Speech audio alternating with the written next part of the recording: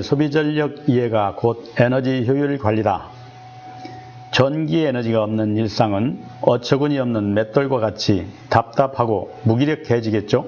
그래서 알아야 면장한다는 옛말처럼 전기 에너지 특성을 알면 효율 관리나 전략할 수 있는 방법도 있다고 봅니다.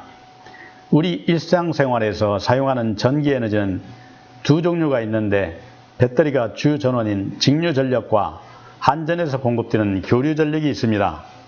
그렇다면 직류 전력을 공학적보다는 개념적 접근으로 알아보도록 하겠습니다. 우리가 초중등학교 과학 시간에 건전지를 전원으로 꼬마전구에 불을 켜는 방법이 그 단편적인 예입니다. 여기서 P는 VI 공식이며 전압과 전류의 곱수로 와트라는 에너지로 불이 밝혀집니다. 우리 가정에서는 건전지를 사용하는 시계, 라디오, 리모컨 등이 있으며 휴대폰도 직류 전력을 사용하지만 사용 시 소비 전력이 크므로 리튬이온 전지를 내장하여 어댑터로 충전하여 사용하고 있습니다. 하지만 일상의 대부분은 사무실, 가정, 학교 등에서 교류 전력을 사용하므로 관심을 갖고 알아보겠습니다. 가전제품, 사무기기, 조명 등 공장 전기시설 등이 전기제품 등은 일반적으로 저항, 모터, 콘덴서 등 복합적인 부하를 사용하므로 피상전력, 유효전력, 무효전력으로 나눠지며 유효전력과 무효전력은 역률값의 영향을 받게 됩니다. 보시는 바와 같이 GUI 프로그램 데이터에서 피상전력과 유효전력 차이가 있고 무효전력이 작은 걸로 봐서 저항부하로 보입니다. 따라서 역률도 99%로 양호합니다. 일반적으로 순수 저항부하만 있을 경우 직류전력에서와 같이 소비전력 공식은 P는 VI이며 위 그림과 같이 전압과 전류 이상이 동상이면 역률은 1이 되어 가장 효율적인 소비라 볼 수 있습니다. 다음은 콘덴서 부하일 경우 전압, 전류, 전력 상호관계를 보여줍니다.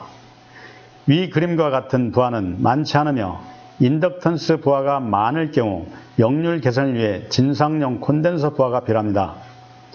이번에는 우리 주변에서 가장 많이 볼 수 있는 인덕턴스 부하로서 전압, 전류, 전력 상호관계를 그래프로 보겠습니다. 이런 경우 전압에 비해 전류가 위상이 늦으므로 역률을 보상하기 위해 진상용 콘덴서를 투입하여 역률을 개선하고 있습니다. 이 그림은 혼재된 일반적인 전기제품의 피상전력이란 교류의 부하 또는 전원의 용량을 표시하는 전력 또는 전원에서 공급되는 전력을 말합니다. 유효전력이란 전원에서 공급되어 부하에서 유효하게 이용되는 전력으로 실제 소비되는 전력이며 전기요금을 정산합니다. 무효전력이란 실제로는 아무런 일을 하지 않아 부하에서는 전력으로 이용될 수 없는 전력을 말합니다. 무효전력, 피상전력 사이의 상호관계 그래프입니다. 전원에서 공급된 전력이 부하에서 유효하게 이용되는 비율로서 코사인 세타로 나타납니다. 다시 말하면 피상전력에 대한 유효전력의 비율을 역률이라고 합니다. 이는 전기기기에 실제로 걸리는 전압과 전류가 얼마나 유효하게 일하는가 하는 비율을 의미합니다. 역률의 크기와 의미, 역률이 크다는 것은 유효전력이 피상전력에 근접하는 것, 즉 1에 가까워지는 경우입니다. 역률이 작은 경우 주로 대기전력 또는 모터 부하 상태 등 전압과 전류 이상차가 많은 경우입니다. 역률 개선 효과, 인덕턴스 부하인 유도 전동기 등의 기기 역률을 개선하기 위하여 진상용 콘덴서 등을 사용하는 것으로 전력 손실 감소, 설비 용량의 효율적 운용, 역률 개선에 의한 전기요금 경감, 설비 용량의 여유 증가 등 효과가 있습니다. 마지막으로 대기 전력이란 즉 낭비 전력에 대하여 소개합니다.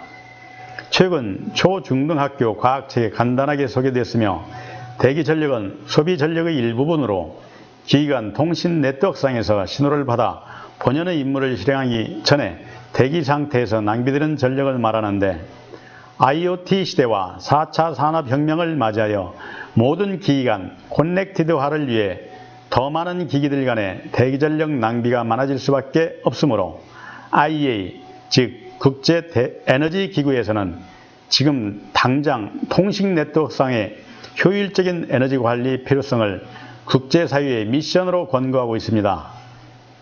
대기전력관에서는 네이버 왓트맨 블로그를 방문하시면 많은 자료를 볼 수 있습니다. 지금까지 왓트맨이었습니다. 감사합니다.